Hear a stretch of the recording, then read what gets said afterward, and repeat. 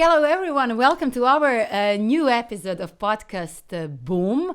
Thanks to ACAP, we have a great place to create great content with really great and inspiring people, entrepreneurs, people from who we can learn a lot. Our guest today is Mr. Tomislav Car. Dragi Tomislav, dobrodošao. Dear Tomislav, welcome. Hvala. Thank you for the invite. Yeah, we are very happy that you're our guest. I must read one sentence, if I can. You wrote in your biography, I build, run, and invest in great tech companies. Also, you said, I've never had a real job in my life. Yeah, that's kind of the tagline I go by, that I've never actually been employed anywhere. So, and I'm 38 years old, so I think I should have been employed somewhere, but no, never. You work only for yourself. Yeah, I started kind of doing this entrepreneurship gig when I was 18 years old, something like that. I started the first company, and that just like went on from there. So yeah, I mean, I when I was like younger, maybe a little bit, I like drove some car parts for my dad. Mm-hmm. My dad owned a car parts store, so I did a little bit of that. So we can say that was like working for somebody. Yes, you started when you had 19 years. Yeah, something like that. You were 19 years old. Can you tell us, can you remember, how was that? How was, at your beginning, you are coming from Karlovac. It is a city near Zagreb. Yeah, so I'm from Karlovac, like a really small city. And basically, when you go from Zagreb to the coast, you can stop there. And actually has a lot of nice stuff there, but you kind of have to go into the actual city, and people just usually pass through it and go to Dalmatia or Istria. So I was born there, I went to school there, and then I met my co-founder, my first co-founder is Mate there, and we kind of started getting into computers back then, programming, and out of that kind of started the first company, Infinum. And that was 20 years ago, something like that. Wow. And it's just, it was a little different there. You know, the tech scene in Croatia was not that developed. All the tech companies maybe here were working mostly for like government, some type of government work. There wasn't like this idea of, you know, we want to do something from Croatia for the world, like globally, which it is right today. So, and I don't know, I mean, I'd like to think that we were part of that evolution process of, you know, Croatian people thinking in that way, you know, that we can live here, work here, but kind of, you know, develop our products, ideas, services, and sell that to the world. So that was kind of, I would say, the main difference between today and, you know, back then. Yes, you were building Infinum, and also you were CEO. Yeah. Now you're investing in other companies, and also you're proud. Yeah, what it says on the shirt. Yes. Yeah. Can you tell us a little bit how your days are looking now? Because you're doing things in different areas. Am I right? Yeah, I mean, there's a lot of different things, and it's kind of evolved and changes over time. So I started Infinum, which is a software development agency, and built that to about like 400 people.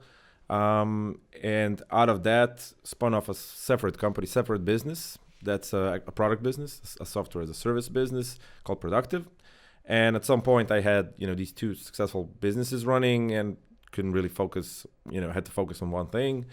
And basically I stepped down as CEO of Infinum. My colleague Nicola took over and was doing like a fantastic job of running that, and just started, you know, doing this other thing, which is it's a product company. It's a little bit different. You build your own product, you sell it to customers all over. So it's a little bit different. And then on the side, you know, started investing in other businesses, entrepreneurs, where something is, you know, interesting for me or for us. And I kind of see that, you know, we can provide value to somebody based on either some knowledge, experience, or something like that. Can we come back a little bit? Sure. More 20 years ago, when you started everything, how was then? How was at your beginning? I think the main thing was, you know, we were kids. What was the most important steps for you? Then? I think the most important steps back then were, you know, we kind of, since we never worked anywhere, like every all knowledge we had, we kind of had to learn from our own mistakes or just from other people. that have maybe done some mistakes like that. So I think that was the hardest part, because you're a kid, and then also in the beginning nobody takes you seriously, really. So you kind of just have to get over that. And that was back then, I think, maybe Facebook was getting started or something like that. So you didn't have this idea of, you see Mark Zuckerberg, like the whatever college dropout, genius, tech entrepreneur. That wasn't like that. People, wanted serious people doing serious work in suits and whatever. So that was a little bit different back then. And yeah, just the most important steps were, doing great work and then trying to, build up whatever it is, find better people, better clients, just grow. What were the biggest challenges when you were building Infinum? I think that was one of the in the beginning. It was basically that we were just kids and people wouldn't maybe take us seriously, and then we kind of got over that, grew. I think when it got to around 30 people, then you start to do like some you have to set up some proper management structure, stuff like that. So that was like a learning experience for us. Then you get maybe to like 80, 100 people. Again, same problems. As the company grows, you get further from some things. So you have to really organize it, find good people, delegate the work to them. So figuring out that balance, about how to manage other people. Were there any moments when you wanted to give up maybe, or... I'm not like the giving up type. I think that's maybe my characteristics. So I get like, maybe sometimes I get like pissed off, and then I'm like, I just want to stay at home all day and cover myself with a blanket. But that just doesn't usually last long for me. I'm more like and then like I get into it. Like, let's figure it out. Let's fight whatever the problem is. That's just kind of what my character is like. So I don't know. I don't think I've ever like actually wanted to give up like properly, When you see problem, you are only thinking about how to solve it. Yeah, I kind of go head first into it. It's like this microaggression towards the problem. I need to go. I need to fix this. Let's figure it out. Yeah. You were also living in San Francisco? Yeah. So when it was maybe 8 years ago or something like that. But in the time of Infinum. Yeah, when I was running Infinum, and we came to this like point in the development of the company when we were like, okay, we want to grow the US presence. We want to, have something happen there. And so I was like, okay, I'm going to go live there for a while. So I was there on and off for about 3 years or something like that. And yeah, we decided to start with San Francisco. After a while, we kind of pivoted that and moved to New York, to East Coast. Not me personally, but just kind of the strategy of the company, more East Coast. It's easier to do it time zone wise from Croatia, because it's like 6 hours. There's more overlap between the working hours. But yeah, it was a good time for me. San Francisco was great. Learned a lot from like a personal development perspective. Acquired some clients. So a lot of interesting stuff happened back then. And also I remember back then I went I think ACAP was founded maybe at somewhere around that time. Our Nicole is here, I think 10 years ago or 8 years. We're celebrating our 10 years. Yes, 10 years. So that was like around maybe the second or third year of ACAP. Yes. So I remember somebody connected me to some people from there. And your experience with ACAP was them? Yeah, like I went to a conference. I think I was a speaker at one of the conferences in Chicago. Met some people. It was very, very interesting, and like generally a good idea to have something like that.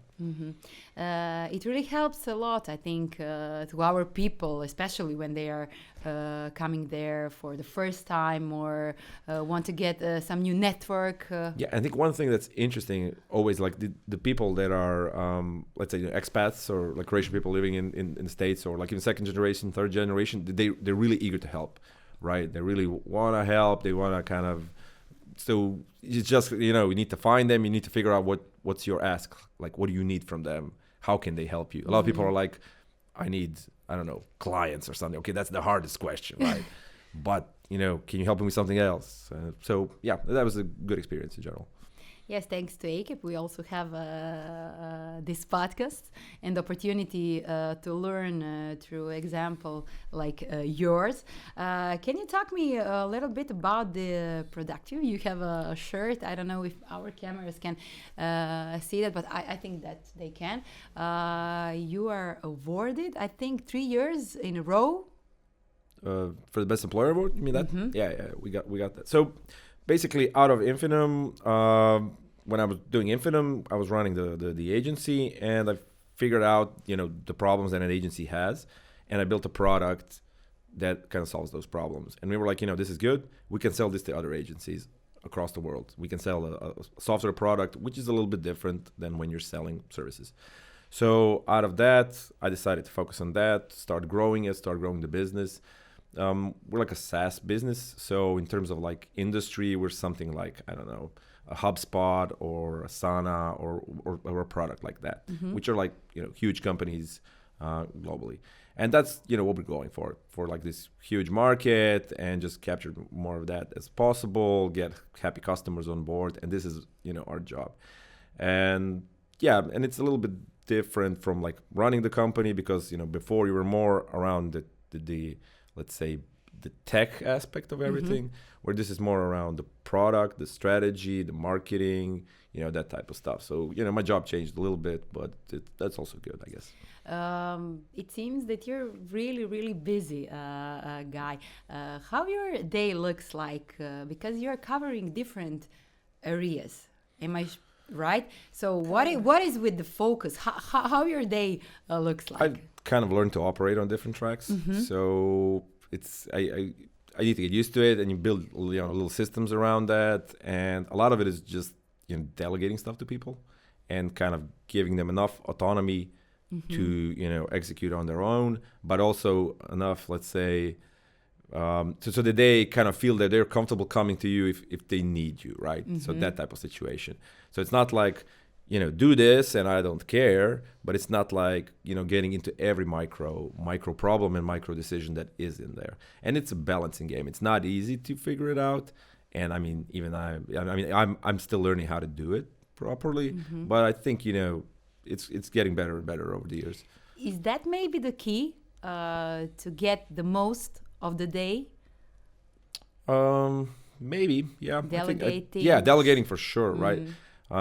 As an entrepreneur, if you want to build something that grows, you have to figure out how to do delegating to people.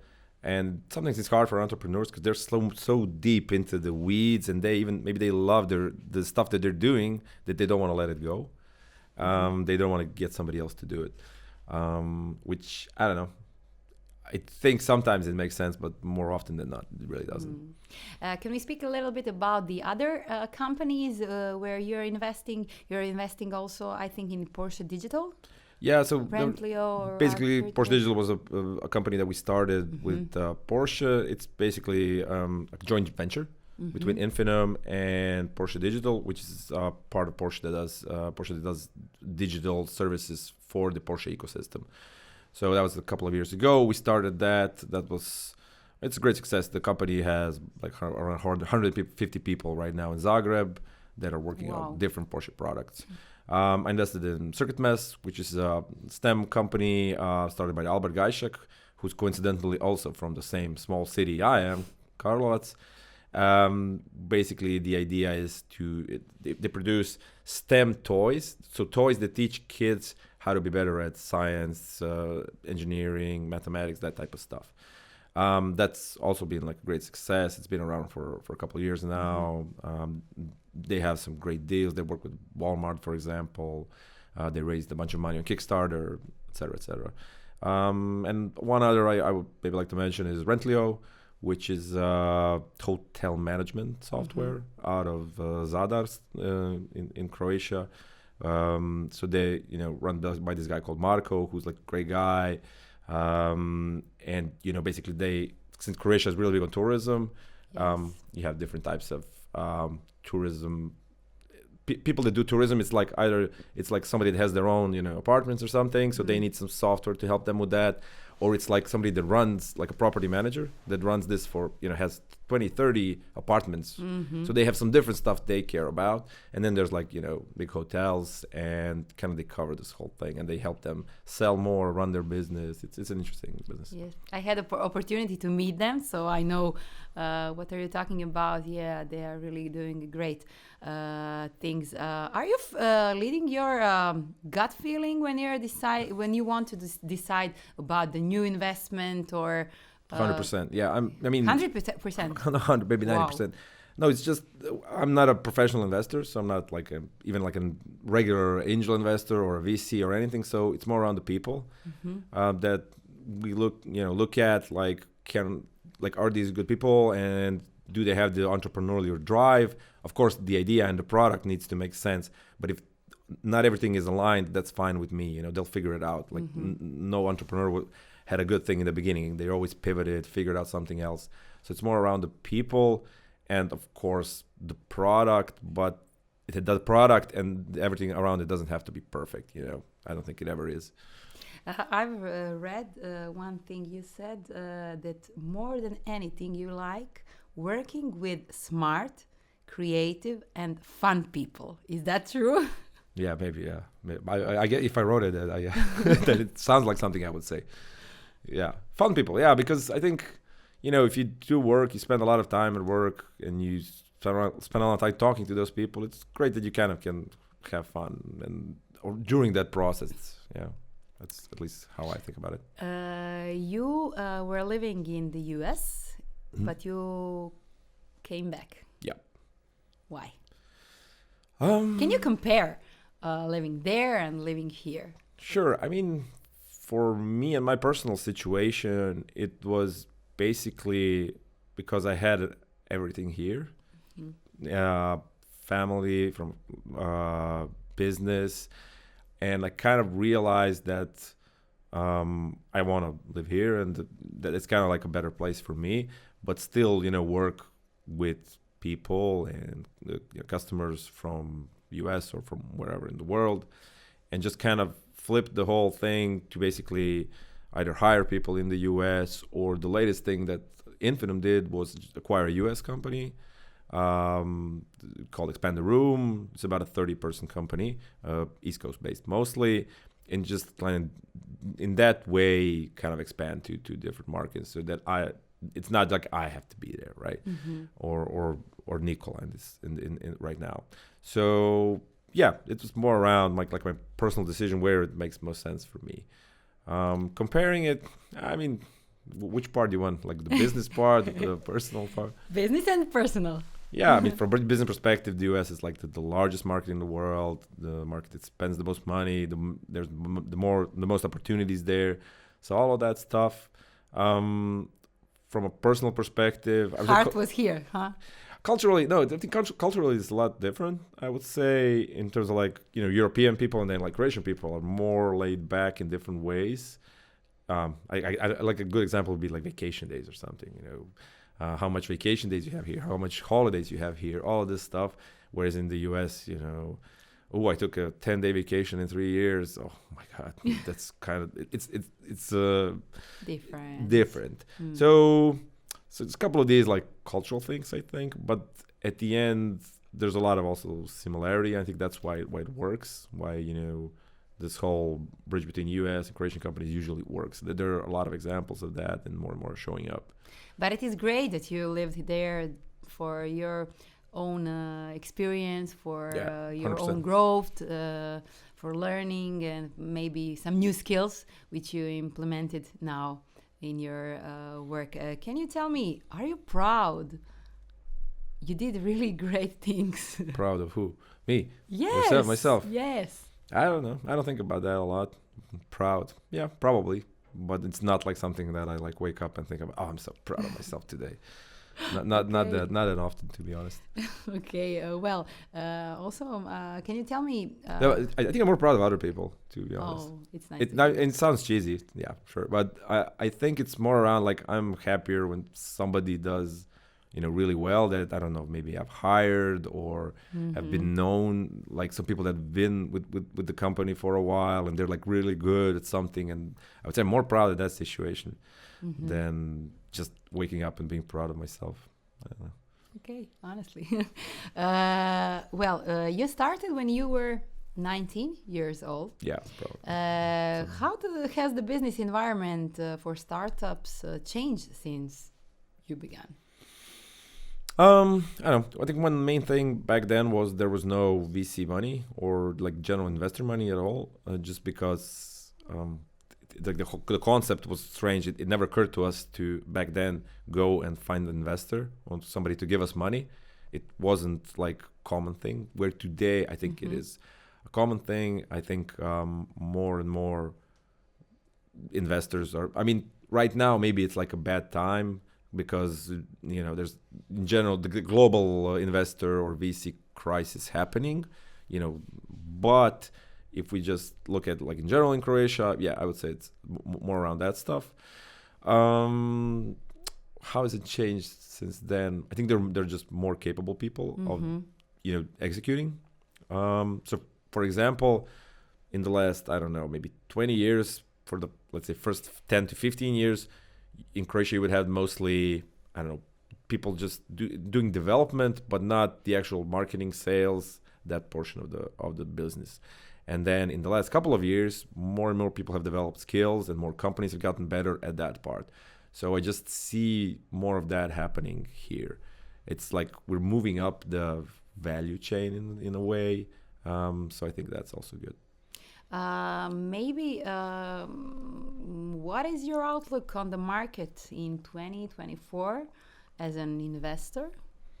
Maybe. I think it's a tougher market. 2023 has been a tougher market for everybody. Whatever everybody's. I mean, I talk a lot with other entrepreneurs and just, you know, follow what's happening. And, you know, everybody's kind of like complaining, oh, it's been drag, you know, that type of stuff. So I think 2024 is going to pick up. That's at least indications are going towards that direction. And like from an industry perspective, or like where, for me personally, I'm interested usually in this type of stuff like SaaS software.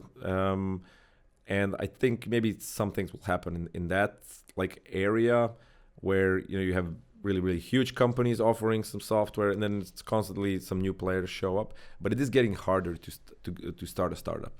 So really? Yeah, just because it's getting more expensive, and a lot of the problems have been solved to like a certain extent. So like you can't start whatever Uber today because Uber has been solved. Yes. So, you know, startups figuring out, but I think that's always been like that. You know, innovation always happens somewhere. A lot of people think it's going to be with AI, and to a certain extent, I agree, but probably not everything. But so I think, but a mix of like traditional problems solved in a traditional way with AI, I think that's going to happen. It's not like just AI solves it out of the box, everything completely.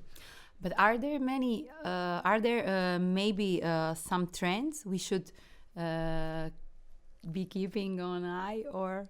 AI is probably like AI. Artificial intelligence and everything that's happening is the main trend, I would say. And everything that's happening there, and how does that solve problems? Like all the companies right now, everybody's doing something in that area. And so what happens with tech usually is like you have this hype cycle.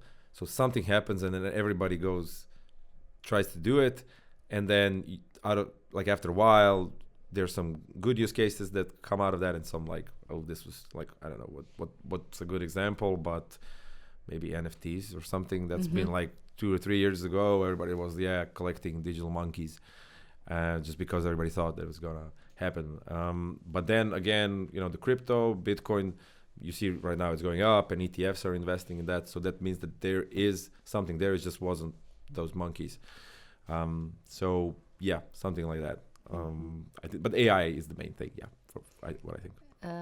You told me that you like learning all the time. Yeah. Can you tell me what are you doing in your free time? I've read that you like music. You're playing drums, or I know how to play some stuff, but I don't really play it. But generally, I like music a lot. And are you working with music? Sorry. No. No. Okay. No, not really. Or at all. But yeah, I like music a lot. I like discovering new music. I think that's interesting for me. And what I've kind of figured out and realized that a lot of people after a while just stop listening to new music. You know what I mean? Just like when you were a kid, 16, 17 years, you would constantly, you know, discover new bands or whatever you're into. And then like after a while, you just kind of stop. So I don't want to do that. What is now on your playlist? So I was for a trip to Brazil actually recently. So whenever I hear something I like, I do like Shazam. Uh-huh. And I just store that stuff. So it's like some salsa music, which is interesting. So yeah, and what is that question? Is free time or something? Yes, free time. Books maybe. No, I can't read a book, to be honest. No. It's too long for me. I'm just, it's like, I mean, read like blog posts or stuff like that, but like really, really long stuff. I don't read books that much. Yes. But You're driving motorcycles. So I've been driving motorcycles since I was a kid. So I like doing that. But in general, just, hanging out in my free time and reading some stuff on the internet. That's also always good. Discovering some good stuff on the internet. And that's how I learn things, I would say, on the internet. And podcasts are good. Okay. Now we have our. Yes. Can you tell us what is the best advice you've ever received? Best advice.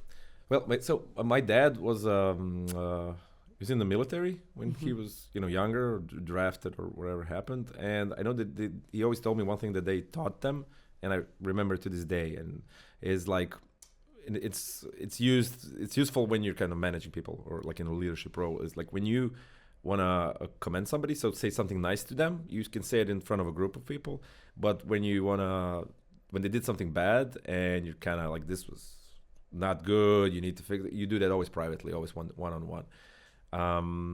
And that's stuck with me for like through the years, and I think that's a good piece of advice. Yes, it is, and thank you for giving that advice to us. Maybe the worst advice. Do you remember some worst advice? I like when I started like my first company with my partner. Somebody told me like, "Oh, don't have partners. Things they break up. Things bad, money issues, stuff like that." And if I were to listen to that advice, we probably wouldn't be where we are today. So yeah, I think that was worst advice. Maybe there was something else, but. Well, Tomislav, thank you for being with us. Sure thing. We are happy that you're here. I hope that you were enjoying. Yeah, this was fun. I like this. This is good tea. Thank you a lot. If you like us, please like us, subscribe. It really means a lot to us.